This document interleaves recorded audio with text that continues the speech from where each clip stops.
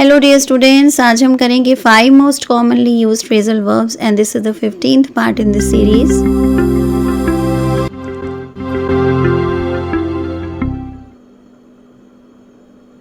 Number 1, bank on.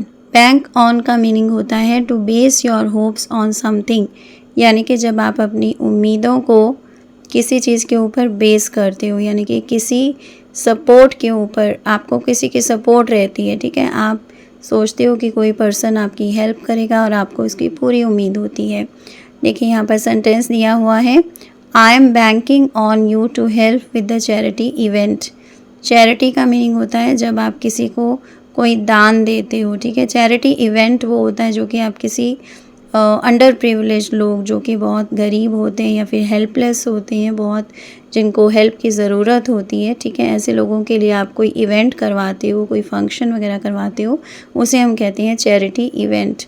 और यहाँ पर सेंटेंस का मीनिंग है कि मैं चैरिटी इवेंट की हेल्प के लिए आपसे मुझे बहुत सारी उम्मीदें हैं, ठीक है। मैं आपके ऊपर निर्भर करता हूँ उस चीज़ के लिए।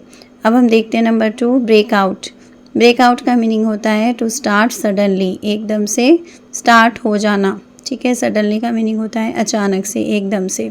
यहाँ पर सेंटेंस दिया हुआ है, the fire broke out during the night. इसका मीनिंग है कि रात में फायर एकदम से शुरू हो गई थी। ओके, देखिए यहाँ पर ब्रेक आउट का मीनिंग आपको अच्छी तरह से क्लियर होना चाहिए। ये बहुत ही ज़्यादा कॉमनली यूज फ्रेजल वर्ब है। ओके, अब हम देखते हैं number 3, burn out. Burn out का मीनिंग होता है become exhausted from over working. Exhausted का मीनिंग होता है टायर्ड, यानी कि थका हुआ। जब आप बहुत ज़्यादा काम करते हो, ओवर वर्क करते हो, उसके बाद आप थक जाते हो, उसको हम कहते हैं burn out. She needs to work for fewer hours otherwise she will burn out. इसका मीनिंग है कि उसे कम घंटे काम करने की ज़रूरत है, नहीं तो वह बहुत ज़्यादा थक जाएगी। ओके, जब आप ओवर वर्क करते हो और उसके बाद जब आप एग्जॉस्टेड फील करते हो, यानी कि टायर्ड फील करते हो, बहुत थक जाते हो, तो उसे हम इंग्लिश में कहते हैं बर्न आउट करना। ओके, आई होप आपको ये फ्रेजल वर्ब भी अच्छी तरह से समझ में आ गई है। तो अब हम बढ़ने वाले हैं 4th फ्रेजल वर्ब की तरफ।